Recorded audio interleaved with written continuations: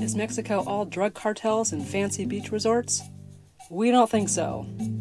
Come with us as we travel by RV with 12 other couples on an epic 3-month adventure to explore the culture, history, and food of our neighbor to the south. Hey, good morning. We're sad this morning. We are leaving the caravan. Everybody else is going to the next stop without us, and we are heading out of Mexico, but it's going to take us about 4 days. This is 3. Have a safe journey, you guys. Farewell, 3. We're gonna miss your back end.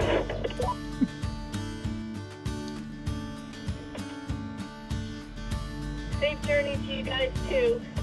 Adios, amigos, amigas. Adios, everybody. Adios, guys. Welcome to us.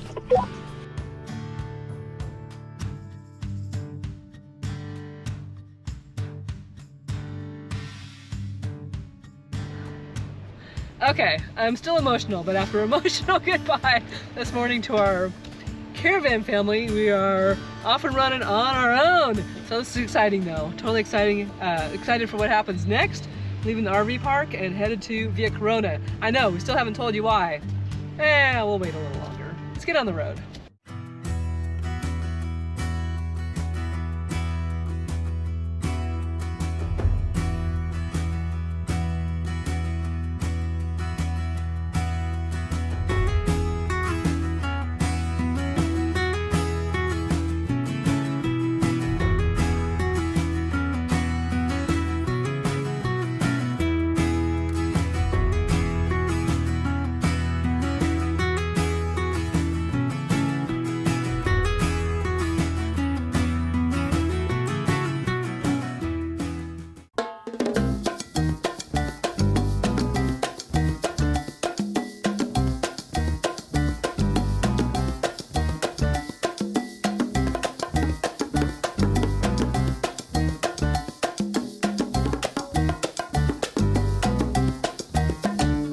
All right, well, Operation Get Dwight and Kathy to the Border is commencing. So Rhonda and I made it to Villa Corona yesterday, and then this morning, Dwight and Kathy got their camper off their truck. Now, for the whole situation here, here's the deal, and this is why we left the caravan early. Dwight and Kathy, from a previous video, you saw near Mexico City in Teotihuacan, their truck is having major issues, had major codes, and it was actually going down to like minimal power. And fortunately, our wagon master at the time had one of those machines that he can look at the codes and then reset them. So we managed to get to the campground where they then had to take the camper off there, get their truck to Mexico City, and they thought they had it fixed, and Bernie had flown back to guide them here to Villa Corona. And on the way, it started coding again, and it was a full-on, long, stressful day for them to get to Villa Corona here, and they didn't get in till late at night, and because they were after dark, they crunched into a tree, lost a solar panel in their awning, and crunched the front right side. So not a good situation. So now, this is when things go really wrong. Here's poor Dwight. They will go, from now on, they will go perfectly. So the deal is now, why we left the caravan is when they were having all these issues, our wagon master wanted to come back. We were only 4 hours away, 3.5 hours away at our other campground, wanted to come back and just to make sure, he's a master mechanic, just wanted to make sure there wasn't something more obvious that he missed the first time or that the dealer missed, and couldn't find anything. So this is literally the worst situation you can have with your vehicle in Mexico. It's completely disabled. So we got here, got back, and Rhonda and I agreed that we would come back to Villa Corona, leave the caravan, because the closest border for Kathy and Dwight from this spot is Mission, Texas, which is, by the way, where we're going back to, so we can go back and see Rhonda's stepmom, because her dad died. So this worked out really well for us and for them. We're only missing Mazatlan and Teacapan for the tour, so we're almost done anyway, and now we have company to the border. So that's the deal. So they have the local guy here that helped them find a tow truck. Tow truck is coming in a couple of days. Because we're in a trailer, it's going to take us a couple of days, and we have a couple spots, so we're going to stop along the way our previous stops, our first 2 nights in Mexico. We're at Saltillo and Zacatecas, and that's where we are going back to. So Zacatecas tonight, Saltillo tomorrow. The tow truck will literally only take about a 12 to 13 hour drive from here. They just go straight shot drive, and again, it'll take us a couple days. So that's the deal. So we're hoping to meet up with the tow truck driver at the border, and we'll go on from here. Fingers crossed, everything goes well.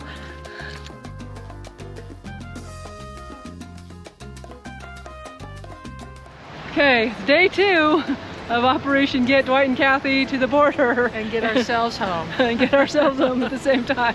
So we're just going to Saltillo today. It's about a 4-hour drive, and we stayed at the Hotel Baruch. This is where we stayed the second leg of our journey when we started, and it's just as loud as when we were here before. It's all part of the adventure. Yeah, woohoo! All right, off we go in a few minutes. All right, and hopefully we'll have a chance to actually walk around Saltillo later. We didn't have a chance on because that was our first leg of our trip, and that was just a quick one-stop overnighter. All right, I did want to add another note about staying here. Dwight and Kathy just checked out. Their room price was 1,100 pesos. I can believe how much it was to RV park, and we didn't even use any of the power and water. That was half the room price at 570 pesos.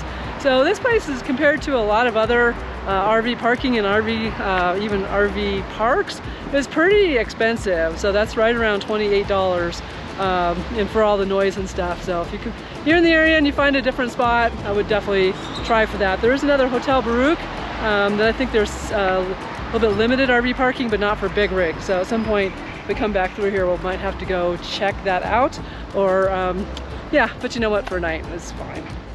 Hey, guess what we're back at? We're back right where we started. Yes. It feels kind of weird, actually. We're back in Saltillo at the Imperial Hotel. It was the very first night of our trip, so it feels really weird to be here in the parking lot all by ourselves. Hey, I didn't even know what a baño was when I got here. All right, our first night here, we ate at a restaurant, and our food was horrible, but the restaurant was full of locals, so it must not be bad. So the problem sometimes when you go someplace with a big group is that you get kind of a very limited menu, and none of us really liked what we had, so it wasn't like the best food start to our trip. No. But we're gonna go try it again. We're gonna give it a second try and see if it's any better the second time. And Kathy's gonna with us. Dwight's gonna stay back. Yeah, it's our last day in Mexico, boo-hoo! But we're excited to get Hi! We're excited to get them to the border and then get into Texas to see Dee, her stepmom. So everybody's ready, the dogs are ready, Dwight and Kathy are ready, we're ready, right? Yes, ready we're to ready. Okay, let's go to Reynosa. Well, hey, we made it to Reynosa. We're at Mexico Customs.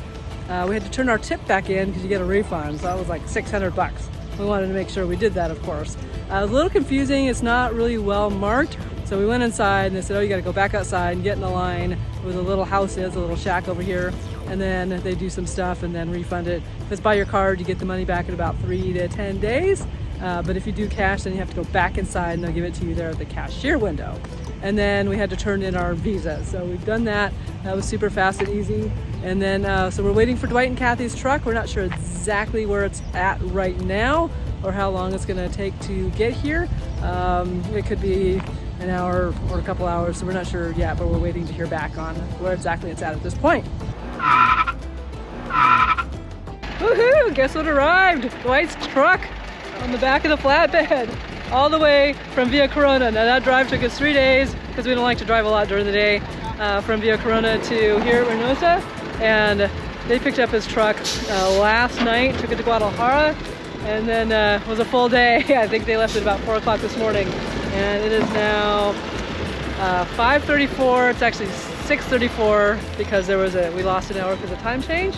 But yeah, this is super exciting, very exciting that his truck is here now. We're gonna get this off. He might have to drive slow across the border. If he still has the air codes, that's bringing his power down to like 7%. Are we excited or what? Yes, very excited.